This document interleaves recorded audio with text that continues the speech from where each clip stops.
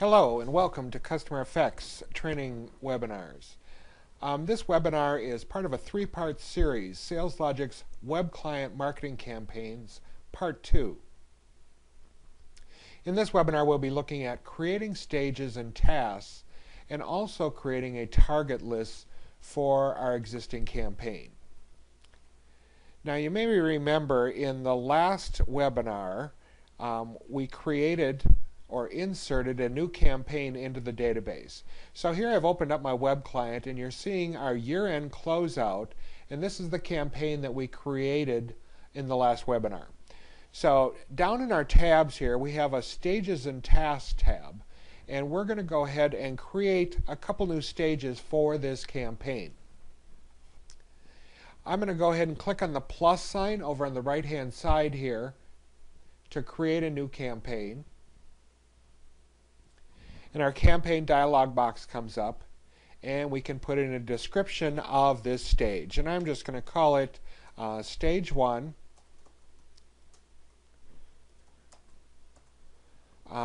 Email Blast.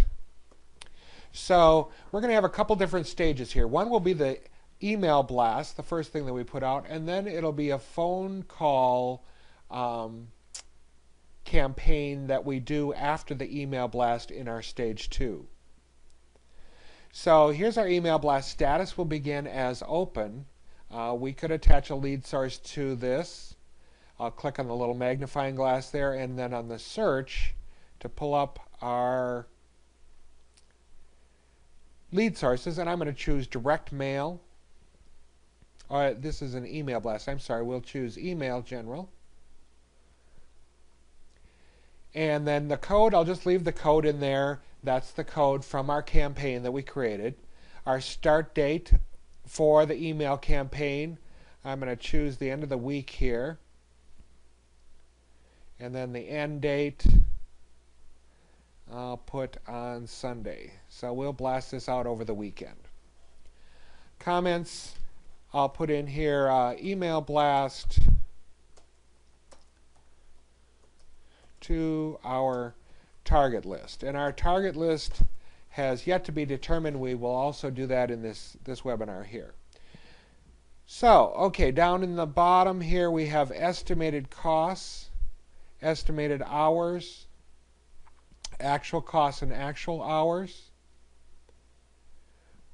for any tasks that we do under this stage. So first I want to create the stage. So I'm just going to click on OK here.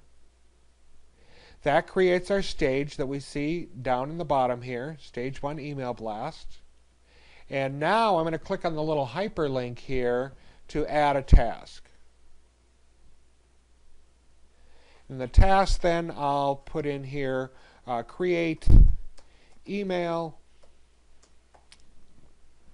Status of that is going to be open with the priority being normal. It's 0% complete at this point. When do we need this done? So who's going to create the verbiage? We need this done tomorrow. And we don't have a complete date yet, so I'm not going to put the completed date in there. And I'm going to put in here create actual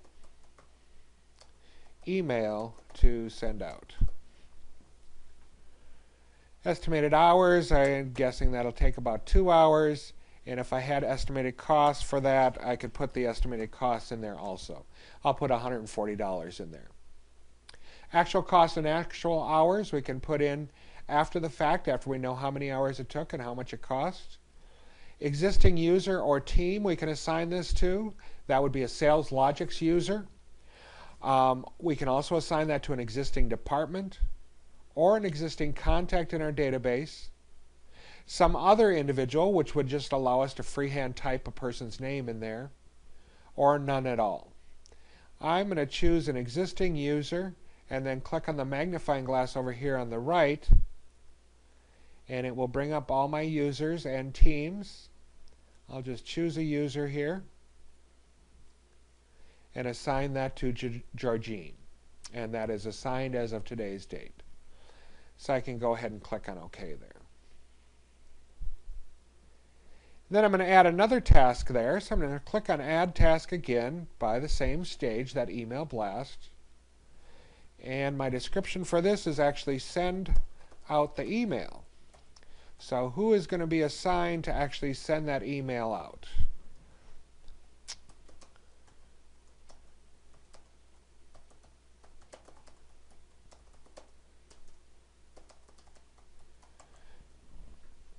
Needed date, I need that done over the weekend, so I'm going to just choose Saturday. We don't know when it's completed yet. Estimated hours, I'll put in there 4 hours to send it out.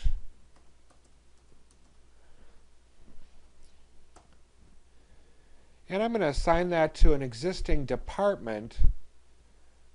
And then I can choose one of my departments here. And I'm going to choose IS. And now we want to go ahead and create our target list. So I'm going to click on Targets here.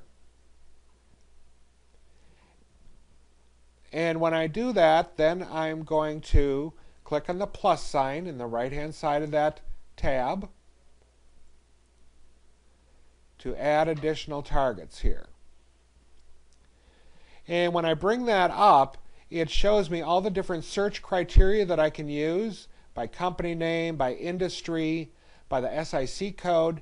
These are all fields that are located on the account screen. So I can choose any one of these fields here to sort by and search by to see how many targets we have. So for example, this industry here, if I say industry contains financial, I'm just going to take out the rest of that, just put in financial.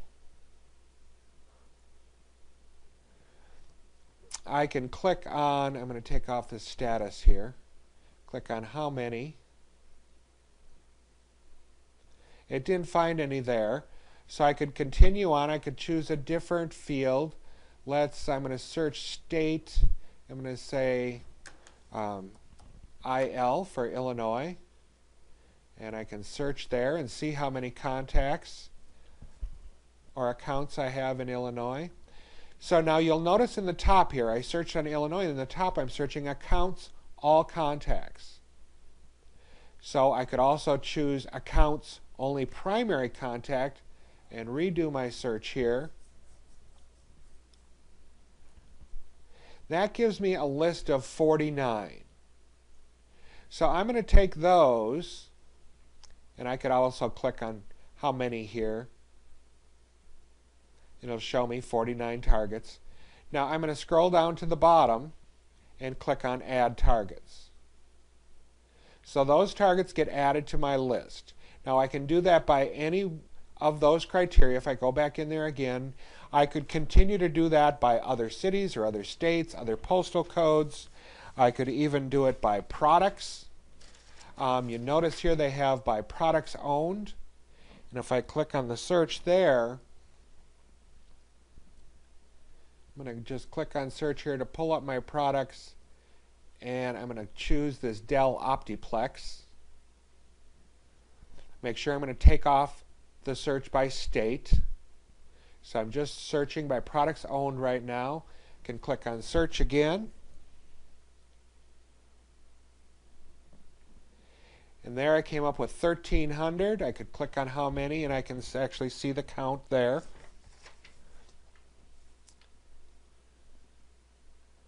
$252 targets. So I could again scroll down to the bottom here and add those targets. Now if those targets were added when I did the search by Illinois, they would not be added again. So they're only added once to your list. So you could continue to add different targets to that list based on search criteria, even based on groups. Once I have all of my targets chosen, back on my target list here, we see all of the contacts listed below. Now we can also uncheck this box so it does not display those results when it's open. So if you have a lot of targets in there, you probably do not want to display them. There's no reason to see them right off the bat. This has been Marketing Campaigns Part 2, Creating Stages, Tasks, and a Target List. In Part 3, we'll look at responses and associating opportunities to the campaign. Thanks for joining me today, and have a great day.